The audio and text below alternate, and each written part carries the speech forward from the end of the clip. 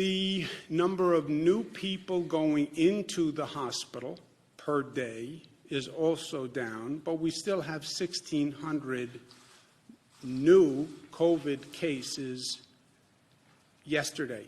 Lives lost yesterday, 778. That number is up. You look at the past few days and the number of lives lost, it's basically flat at a devastating level of pain and grief. Total number of deaths is 10,834. What's happening with the testing companies is the same thing that happened with medical equipment, PPE and ventilators. There are just a handful of companies that produce the private tests. And they're all private tests, by the way. A handful of companies that do it, and now every state is going to those companies to buy the tests. I've spoken to the head of the several companies myself, and they have a limited production, and now they have to allocate it to 50 states. And we're again in a bidding war competition with other states. FEMA should have, in my opinion, done all the purchasing of the medical equipment, and they should have allocated it. Why am I now competing for private testing capacity and private testing machines with Illinois and California? Because you have different bids and different promises from companies to different governments all across the country. Like I bought 17,000 ventilators, and then I didn't get, we only got about 3,000, 2,500. The same thing's going to happen with the testing.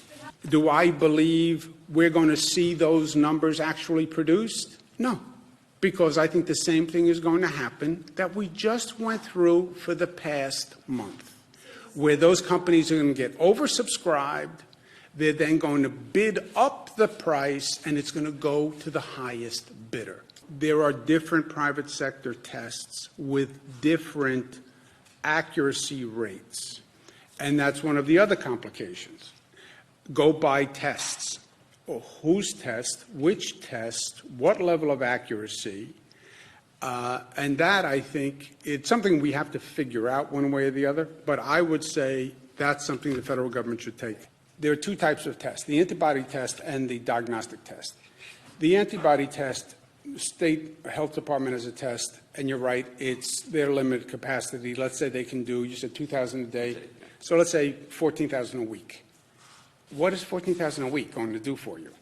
And by the way, the whole what can the antibody population really be? That diagnostic test is going to be key. And now, think of the volume on that diagnostic test. We're 19 million people. How many diagnostic tests do you want to buy for 19 million people? Look at the need. And I'm telling you, you literally have a handful of private sector companies that do this now.